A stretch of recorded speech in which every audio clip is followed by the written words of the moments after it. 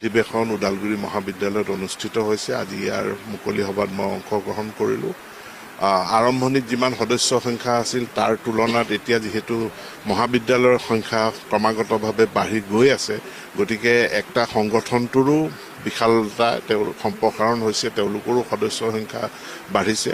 আৰু আমি কলেজ শিক্ষকসকলৰ সমস্যাৰ লগতে উচ্চ শিক্ষাৰ যিবিলাক সমস্যা আছে ACTৰ লগত আলাপ আলোচনাৰে আমি সেইসমূহ এপদকৈ সমাধান কৰি আহিছোঁ। মই আজি আহ্বান জনাইছোঁ যে যি পৰিৱৰ্তিত গোলকীয় পৰিস্থিতি, প্ৰযুক্তিগত পৰিৱৰ্তন, বিকশিত ভাৰতৰ প্ৰতি আমাৰ যি যাত্ৰা আৰু যি NEP 2020 প্ৰৱৰ্তন কৰাৰ ক্ষেত্ৰত অসম কলেজ শিক্ষক সন্থাৰ সকলো সদস্যাৰ সহায় সহযোগিতা মই কামনা কৰিছোঁ। দুয়োটাই সঁচা। ক'ৰবাত 3জন শিক্ষক আছে, তাৰ বিপৰীতে মাত্ৰ 10 গৰাকী ছাত্ৰ ছাত্ৰী আছে। গতিকে এইটো আমি এতিয়া সামৰ্থ পৰ্টেলৰ জৰিয়তে সকলোবিলাক ডাটা সংগ্ৰহ কৰাৰ পাছত কিছু ৰেচনেলাইজেশ্যন হ'ব। শিক্ষক ছাত্ৰ ছাত্ৰীৰ অনুপাতে সকলোৱে শিক্ষয়িত্ৰী পাব। এইখন চৰকাৰৰ দিনত প্ৰায় 2500তকৈ অধিক এছিষ্টেণ্ট প্ৰফেচাৰৰ নিযুক্তি হৈছে। বাকী য'ত কম আছে এতিয়াও শিক্ষক নিযুক্তি আমাৰ কিছু প্ৰক্ৰিয়াৰ মাজত আছে। গতিকে সেইটোৰ নাটনি দূৰ হ'ব। বতৰৰ পৰিৱৰ্তন আপুনি কেতিয়াও আগজাননী দিব নোৱাৰে। গতিকে ডিচিসকলক আমি ক্ষমতা দিয়েই ৰাখিছোঁ যে এখন জিলাৰ বতৰৰ যদি কোনো হয়, যি ডিচেষ্টাৰ মেনেজমেণ্ট এক্ট আছে তাৰ অধীনত তেওঁলোকে জিলাভিত্তিক সিদ্ধান্ত ল'বই পাৰে।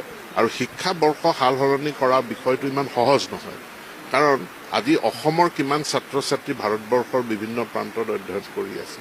গতিকে সেই ৰাজ্যবিলাকৰ শিক্ষাবৰ্ষৰ লগত আমাৰ শিক্ষাবৰ্ষৰ এটা তালমিল থাকিব লাগিব। যদি তালমিলটো নাথাকে, ইয়াত আমি জানুৱাৰীতে পৰীক্ষা পাতিলোঁ, মানে ফেব্ৰুৱাৰীত ৰিজাল্ট ওলাই গ'ল, কিন্তু তেওঁ এতিয়া পুনেত গৈ পঢ়িব, পুনেত এডমিশ্যন জুলাইত হ'ব, আগষ্টত হ'ব, মাজৰ সময়খিনি তেওঁ কি কৰিব?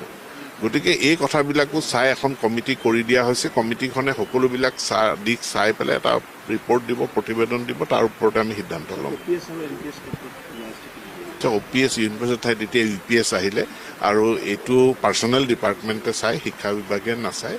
আৰু ভাৰত চৰকাৰে যি নীতি গ্ৰহণ কৰিব, আমি কৈছোঁ অসম চৰকাৰে আমি সেইটোৱেই গ্ৰহণ কৰিম। গতিকে কৰ্মচাৰী পৰিষদৰ লগত মাননীয় মুখ্যমন্ত্ৰীৰ আলোচনা হৈ আছে, আৰু তেওঁলোকৰ লগত আলোচনা সাপেক্ষে বিষয়টোৰ এটা নিষ্পত্তি হ'ব বুলি মই আশা ৰাখিছোঁ। ছাৰ্ভিচ মতে কলেজ শিক্ষকৰ 60 বছৰ আছে। প্ৰফেচাৰ যদি হয়, কেছ প্ৰমোটেড প্ৰফেচাৰ নহয়, যদি প্ৰফেচাৰ যিসকল হয়, প্ৰফেচাৰৰ ক্ষেত্ৰত সেইটো 65 বছৰ হয়, সেইটোৱেই নিয়ম। কিন্তু আমাৰতো সৰহসংখ্যক লোক আমাৰ কলেজবিলাকত প্ৰফেচাৰ পদ নায়েই এতিয়া, আৰু ইউনিভাৰ্চিটিত যিখিনি প্ৰফেচাৰ পদ আছে আমি কেণ্ডিডেটেই পোৱা নাই। কাৰণ আমাৰ কলেজ শিক্ষকসকলে এছ'চিয়েট প্ৰফেচাৰলৈকে যায়, তাৰ পাছত আৰু দৰমহাটো বেছি নাবাঢ়ে বুলি প্ৰফেচাৰটো নিবিচাৰে।